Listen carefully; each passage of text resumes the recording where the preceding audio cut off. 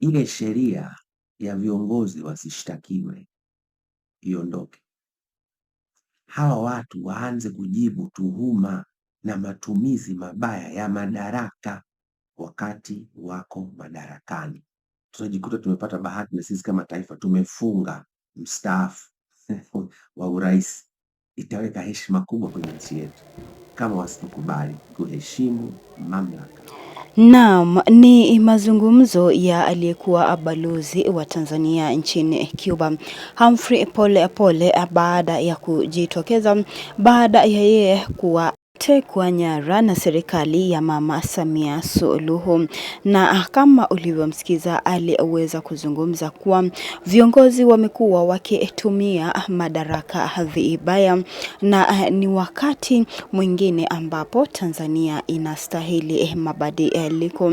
Na Rais Mama Daktari Samia Suluhu aliamua kumwachilia Humphrey Polepole baada ya yeye kupata mawaidha kutoka kwa wachambuzi wa kisiasa, ambapo kwa sasa kuna mazungumzo ambayo yanaenda kuendelea baina ya Chama cha Mapinduzi na Chama cha Demokrasia na Maendeleo, na pia Samia Suluhu ana mpango ya kumwachilia mwenyekiti wa chama cha Chadema Tundu Lissu. Kwa sasa ameweza kumwachilia Humphrey Polepole, lakini Humphrey Polepole kama tulivyomsikiza hajashushwa kimawazo na pia kimatamshi, ambapo ameweza kuzungumza kuwa viongozi ambao wanatumia madaraka vibaya wanastahili pia nao washtakiwe na serikali. Ukipenda katiba inastahili iweze kubadilishwa. Lakini tungependa kusikia kutoka kwako, tuandikie maoni yako kuhusiana na hili swala nzima ambalo linaendelea kusambaa kwa kasi kwenye mitandao ya kijamii. Hii ni baada ya rais kukaa mkutano hapo jana, ambapo alikuwa anapokea ripoti kutoka kwa tume kupitia Jaji Chande kuhusiana na ghasia ambazo ziliweza kutokea tarehe 29 mwezi wa Oktoba mwaka 2025, ambapo ilikuwa siku ya uchaguzi mkuu na watu wengi waliweza kupoteza maisha yao, wengi wakilalamikia gharama ya juu ya maisha na pia kushikwa kwa mwenyekiti wa chama cha Chadema Tundu Lissu na pia kutekwa nyara kwa kiongozi huyu Humphrey Polepole. Na kwa sasa Humphrey Polepole weza kuachiliwa, na tunavyoongea kwa sasa kuna mazungumzo kuwa Rais Samia Suluhu anaenda kumwachilia Tundu Lissu. Kumbuka alikuwa ameshikwa kuhusiana na kesi la uhaini, lakini amepata mawaidha kuwa aweze kumwachilia kama alivyomwachilia Humphrey Polepole, na kuwa katiba pia iweze kubadilishwa kwa kuwa viongozi wa upinzani wamenyimwa nafasi ya kujieleza na hawana uhuru wa kujieleza. Na imeweza kupita kuwa serikali inastahili iweze kubadilisha katiba ili iweze kuwapa viongozi wa upinzani nafasi ya kujieleza.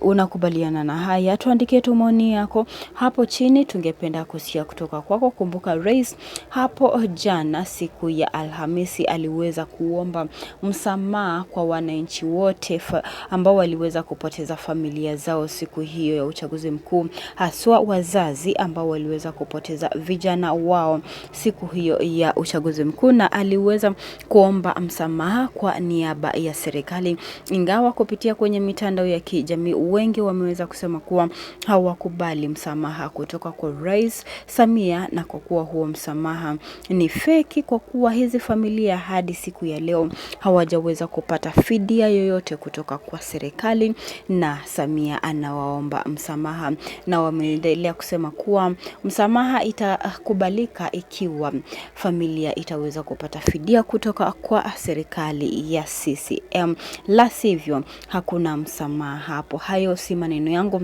bali ni maneno ya wananchi kupitia kwenye mitandao ya kijamii.